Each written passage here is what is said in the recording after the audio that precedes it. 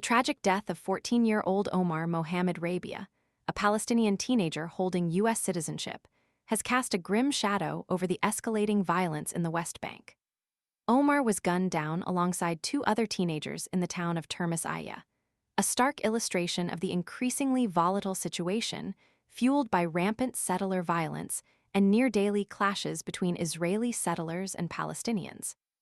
This heartbreaking incident underscores the urgent need for international intervention and a decisive end to the cycle of violence that continues to claim innocent lives. The killing of Omar, a child with dreams and a future stolen before its time, is not an isolated incident. It's a chilling symptom of a deeper malaise, a festering wound on the landscape of the occupied territories. The surge in settler violence, marked by brazen incursions into Palestinian lands, brutal raids on Bedouin villages and encampments, and the unchecked targeting of civilians, has reached alarming levels since the October 2023 Gaza war ignited the already fragile peace. These acts of aggression are not spontaneous outbursts.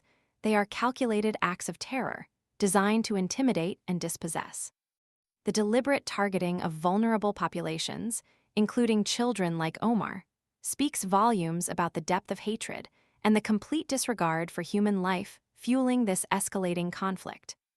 The international community cannot afford to stand idly by while innocent lives are sacrificed at the altar of unchecked violence. Omar's death should serve as a stark wake-up call.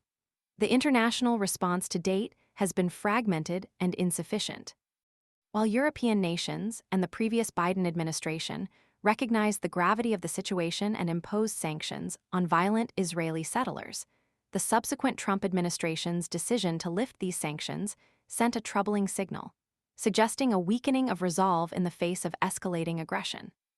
This inconsistency in international response further emboldens the perpetrators of violence, creating a dangerous vacuum that allows the cycle of violence to perpetuate. The images emerging from Termis and other conflict zones paint a picture of despair and destruction. The scenes of shattered lives, grieving families, and a community grappling with profound loss cannot be ignored. The world must demand accountability for Omar's murder and the countless other atrocities committed against the Palestinian people.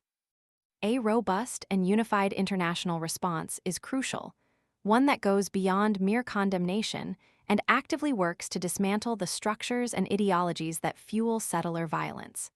This must include targeted sanctions, robust investigations, and the unwavering pursuit of justice for victims of these heinous crimes. The international community must unequivocally condemn the violence, hold perpetrators accountable, and pressure the Israeli government to take decisive action to curb settler violence and protect Palestinian civilians. Omar's legacy should not be one of silent suffering. His story must ignite a firestorm of action, a collective commitment to ensuring that no other child meets such a tragic end.